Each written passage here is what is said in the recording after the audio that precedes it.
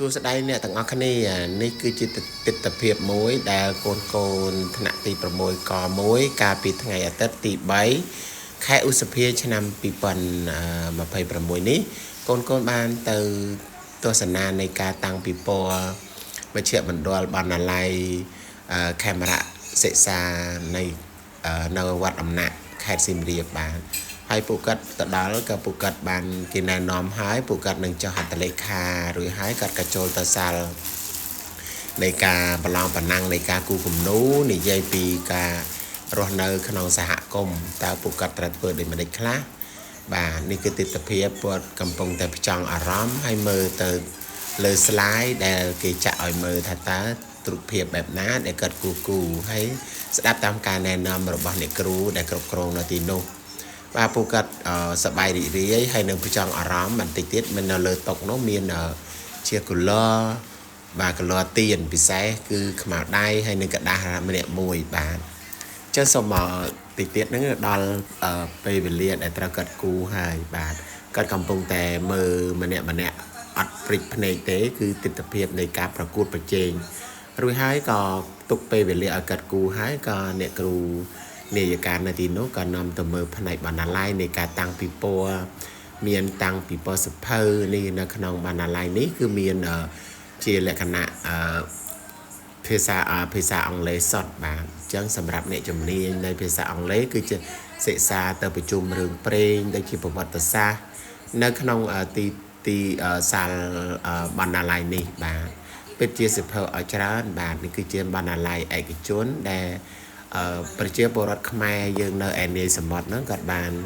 ផ្ដើមគំនិតនេះឡើងដើម្បីស្ថាបនាដើម្បីរំលឹកនៅអក្សរសាស្ត្រខ្មែរកុំឲ្យកូនខ្មែរផ្លិចនៅអក្សរសាស្ត្ររបស់ខ្លួននិងប្រវត្តិសាស្ត្ររបស់ខ្លួនដូច្នេះបងប្អូនក៏ដូចជាកូនដែលសិក្សាកំពុងតែសិក្សាស្រាវជ្រាវនេះគឺមានរូបព្រះត្រៃបិដកផងដែរមានគម្ពីរផ្សេងហើយនឹងវចនានុក្រមជាច្រើនបាទរួចហើយក៏យើងបានទៅបន្ទប់មួយទៀតដែលជាបណ្ណាល័យផ្នែកភាសាខ្មែរម្ដងបាទនេះគឺអាគារនេះគឺចាស់នៅក្នុងវត្តបរិវេណវត្តដំណាក់បាទហើយនេះគឺកន្លែងដែលគាត់ចែកសិភៅហើយគាត់ចូលអានចូលមើលបាទដោយសេរីហើយមុននឹងចូលគាត់ត្រូវចុះឈ្មោះហើយ recept នៅទីនោះគេនឹងទទួលហើយកត់ឈ្មោះយើងអាចអង្គុយអាននៅទីនោះបានបណ្ណាល័យនេះមានធំទូលាយហើយសម្បូរបែបបាទនេះគឺជាបណ្ណាល័យដែលដើមឈើដែលរូបភាពនេះគឺមានប្រវត្តិធាតុដើមពីយូរមកហើយតែគាត់នៅតែធ្វើបាទបន្តមកទៀតយើងក៏ចូលទៅមើលបណ្ណាល័យតូចបន្តិចដែរទីសម្រាប់បឋមសិក្សាថ្នាក់បតីថ្នាក់ទី1ទី2ទី3អីទៅណាបាទរហូតដល់ថ្នាក់ទី6គឺជាបណ្ណាល័យសម្រាប់ឲ្យអង្គុយអានហើយនឹងមានទេសភាពសួនច្បារនេះជាលើកទី1ហើយដែលខ្ញុំបានទៅសិក្សានឹងនាំកូនទៅបាទដូច្នេះសូមឲ្យបងប្អូនដែលមិនទាន់បានអញ្ជើញទៅសូមមេត្តាចំណាយពេលវេលាដែលនៅទំនេរទៅអានសិភៅឲ្យបានច្រើនកាលណាយើងអានច្រើនយើងនឹងចេះច្រើនដឹងរឿងរ៉ាវច្រើនមិនតែប៉ុណ្ណោះសតនៅថ្ងៃអាទិត្យនេះផងដែរមាតាបិតាក៏នាំកូនទៅគូគំនូលេងនៅតាមក្រោមម្លប់ដើមឈើឥឡូវកូនយើងមកត្រឡប់មកវិញឃើញកូនកំពុងតែអង្គុយគូហើយចាប់ផ្ដើមគូបាទគូហើយគាត់ប្រើសមាធិមុននឹងគូត្រូវគិតបាទពួកគាត់ខ្លះគូទៅក្នុងសហគមន៍ផ្ទះសម្បែងភ្នំវាលស្រែបាទទេសភាពផ្សេងការគិតរៀងខ្លួនក្រោយពីការគូសន្លឹកមកជាហៀងហើយនៅមួយហៀងទៀតគេត្រូវឲ្យយើងសរសេរចំណាប់អារម្មណ៍និងប្រធានបទដោយយើងសរសេរអត្ថាធិប្បាយតែសេចក្តីបែបហ្នឹងបាទអញ្ចឹងសប្បាយរីករាយមែនទែនគឺពិតជាថ្ងៃសម្រាប់មែនប៉ុន្តែកូនលះបង់ទៅចូលរួមឮថាទៅបណ្ណាល័យដើម្បីគូគំនូប្រឡងប្រណាំងគាត់សប្បាយគាត់ហូគាត់មានវិន័យល្អហើយគាត់អង្គុយដោយចិត្តផ្ចង់អត់មានរំខានគ្នាទេបាទឥឡូវគាត់ចែករំលែកនៅកលន់មកបន្ទប់មកប្រអប់ហ្នឹងអ្នកណាគូរួចអាចមានសិទ្ធិផាត់បានហើយយើងបានណែនាំចែករំលែកថាពណ៌ដែលរំខានជាងគេនៅក្នុងការគូគំនូនោះគឺពណ៌ខ្មៅបាទពណ៌ខ្មៅគឺជាដាក់ទៅគឺអត់ធ្វើអីកើតពណ៌ណាក៏មិនអាចលុបពណ៌ខ្មៅបានដែរបាទអញ្ចឹងគាត់យល់នៃការគំនូខ្លះនៅលើការប្រឡងខែប្រឡងឆមាស có các bạn thơ ở bàn rùi rắn hai bà rùi rắn hai mình tích tiết cái dương nâng bạc cả là tập phó nâng mình chạy than ở về khăn ca cú nó miền rỉ dẹp về cú xe sập ram nỉ tìแต่đọc ram nỉ tìสำหรับsẽอธิบายในอัตบัตในกลุ่มนูเป็นแต่เป็นนอซอสคือยังบานเมียนกาตังปีปอสิเพอแบบเมียนโตนตามสตองในมวยเมียนโตเล็กมวยเล็กปีแบบคือเมียนออมแต่ดอยตาตบแตงแบบนี่คือทาปีปอสิเพอขนาดโตในแคดซิมเรียบแบบตีตั้งในคางวัดอำนาจเรียกวัดเรียดอำนาจในขนมแคดซิมเรียบยืนนี่แบบส้มอกุลบองโอนนึงช่วยกำโตรผลิตภัณฑ์กับโดยเชียอาซาซักไม่ยืงบาดออยโกนอ่านสืบเพิ่มบานจรานประเสริฐยังยืงออยโกนมือตูรศัพท์บานการนายยืงมือตูรศัพท์คือจะเรื่องพลายจิจรานพิเศษเกมเธอออยโกนอัดบัตรบางจำนองในการเรียนโสดบรรทัดบทเตียงจับรูปเพียบในติดตะเพียบตูเตอร์ในขนมปะเวนบรรณาลัยแคมระเสษานังบานให้ตัวบานเพียบละอภาษาหนึ่งก็จิตสนาได้ต่อจรานในโกนขมายแบบบานเกิดคอมเสษาฉลาดเฉียวบานนี่คือเจียมตนาเพียบกับโดยเจียการคอมโตรระบบบรรณาลัยแคมระเพียเสษานี่บานมันแต่ปนอซอสคือยืนบานดาวมือสตองหายกี่ดับบรรณาลัยมาเชี่ยมันด้วยแคมระเสษาบานโดยเฉพาะคอมเพล็กซ์เนี่ยต่างเอาคันนี้กับโดยเจียปุกไม้บางปอนบานเพจในบานอะไรแคมระศีรษะนั่นยังไอตเซจีอาซากัดCKS กับบานได้คือใจมอยเมียนสิเพอเมียนอ่านเมียนไปโยลในครั้งนู้นบนใต้แบบเซอร์ตะลมตะเลี้ยงเราเป็นได้ยังโยลตะดอลอ่านตัวยังเจริญสิเพอสำหรับอ่านบานนี้เมียนไปเจ็บเมียนดาใบดาได้ใส่สระสะอาดนั่นคือกัดบันเชียสิเพอตุกไอโกนกัดอ่านจังบานบายังเชียหมดกับบ้ายังอ่านต่อจำนวนบานจังส้มเมียนดาใบดาตระจีเจ้าตระเมียนแต่การอ่านได้เด็ดแจกจราในกัดก็เคยยังทอดtớiกัดกับสวากรมจุ่มเรียบซัวคือสแตไตตะแม่อาซะในที่นี้บานนี่คือจิกาเมียนบองปอนคลาโยโกนโยปอนมาเลงบานคือสบายเมียนเต้นให้เมียนตีเทลียในกะไรโนส่วนสมาลนคิวใจบานสระบ่มโปรงกูอ้อยจังโกยกวนบานจังการปีพฤกการปีไงซ้าไงตีปีพวกขยมบ้านนำสัตว์อันตรายเตอร์กับเล่นกับดอนในที่โน้ดำใบปริยาการกันแต่เสบายดีๆผ่องใดจังส้มบองปอนถึงอ้อยช่วยกำโตรบาสันทามินเป็นตุ่มเน้คอมเพล็กต์โจรวมอ่านสิเพอร์นบันลาไลมาเชื่อมันโดนบันลาไลแค่มาระเพซาโดยมันบานกึศพลายเอาไว้เลยนี่คือจิการดุจประดอมบองปอนแดนเนอร์แอนเนสมอดปุกัดบานมูลมาเตะดามกลุ่มนัดก็สร้างบรรณาลัยนี้ล้างดามใบอ้อยโกนขมายกรุบรูปอ่านหนึ่งตัวสนาในชีวิตภาษาขมายให้หนึ่งประวัติศาสตร์ขมายบาปกติดาวสนามเยี่ยมให้เป็นเลี้ยบองสมัครจัดโจรวมลวดโดกับโดยเจมีนไพสเจียเมียนไอเจดามผ่องได้การไงติใบไงอาทิตย์ติใบชนะใครอุสเพชนำปีปันมาไพประมวยนี่บาจังมีนี่กระไรตีเทลียกระไรกระไรชาสำหรับสำแดงเอาไว้เซ็งให้นึงเป็นแต่ปนนอซอสคือเกมีนลีละใบไปเจียไปบาโดยจะตีนปลอดโหลดบ้าบาโดยจะเฉลยสำนวนดับใบจับโยนบอลผ่องได้บานั่งขยมจับรูปเพียบตูเตอร์ดับใบอ้อยบองปอนตสนาเจียกำรองอนุสาวรีย์เดลขมายยังไอเทอร์บานนี่คือจีชาโมยเกตโบเป็นแต่ดอยปันโนดะทาแบนนาทาปีปอสีเพอ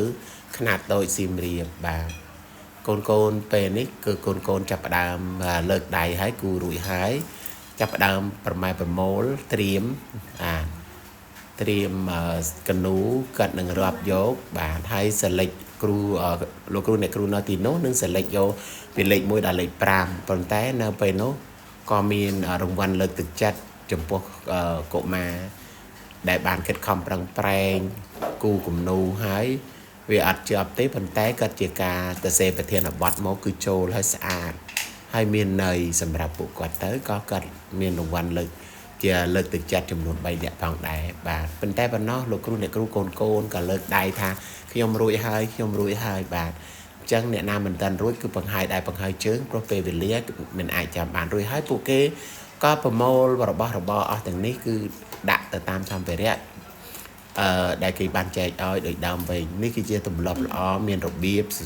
បាទរៀបរយកុំភ្លេចរបៀបទៅកន្លែងណាកូនហ្នឹងហើយអញ្ចឹងគ្រូអ្នកគ្រូចាប់ផ្ដើមប្រមូលគំនូហើយដល់ម៉ោងហើយមិនអាចគូតទៅទៀតបានទេតោះរួចក៏ដោយមិនរួចក៏ដោយហើយលោកគ្រូអ្នកគ្រូចាប់ផ្ដើមមើលគំនូហើយនេះកាត់ឲ្យលើកឲ្យមើលថាឧបកែមែនកូនមួយនឹងបាទកាត់គូនឹងស្អាតហើយបរិស្ថានអីចឹងណាបាទនេះគឺបកែដែរមើលទៅទិដ្ឋភាព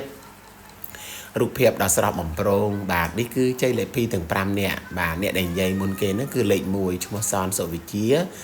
គាត់កូនទទួលបានជ័យលេខ2លេខ1ប្រអីគាត់គូគំនូស្អាតដែរប៉ុន្តែស្អាតទាំងអស់ប៉ុន្តែការទៅសេប្រធានបទនៅក្នុងសហគមន៍ទៅអ្នកខ្លះ